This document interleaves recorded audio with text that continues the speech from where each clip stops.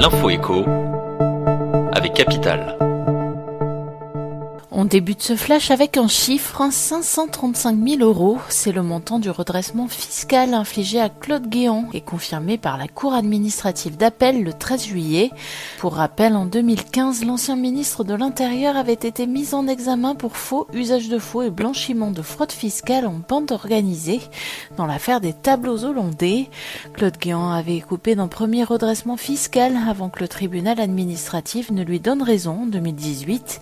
Mais c'était sans compter sur la ténacité de Bercy qui a finalement obtenu gain de cause. Plus d'infos sur capital.fr.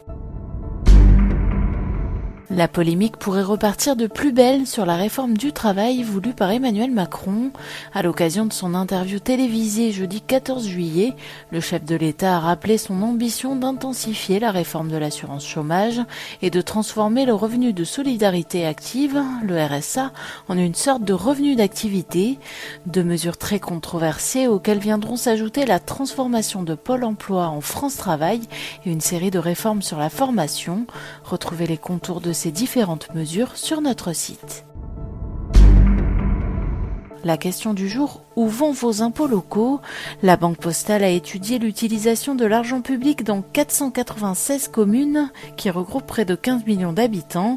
Sans surprise, on constate que les dépenses de personnel coûtent très cher aux municipalités, avec près de 502 € par an et par habitant. Des dépenses difficilement compressibles, à moins de mettre à l'arrêt les services publics locaux et les lieux collectifs, tels que les piscines ou les stades municipaux. Des équipements qui représentent un vrai effort financier pour les communes et pèsent pour presque 20% dans leur budget de fonctionnement. On termine par une bonne nouvelle, en provenance, une fois n'est pas coutume, du fisc.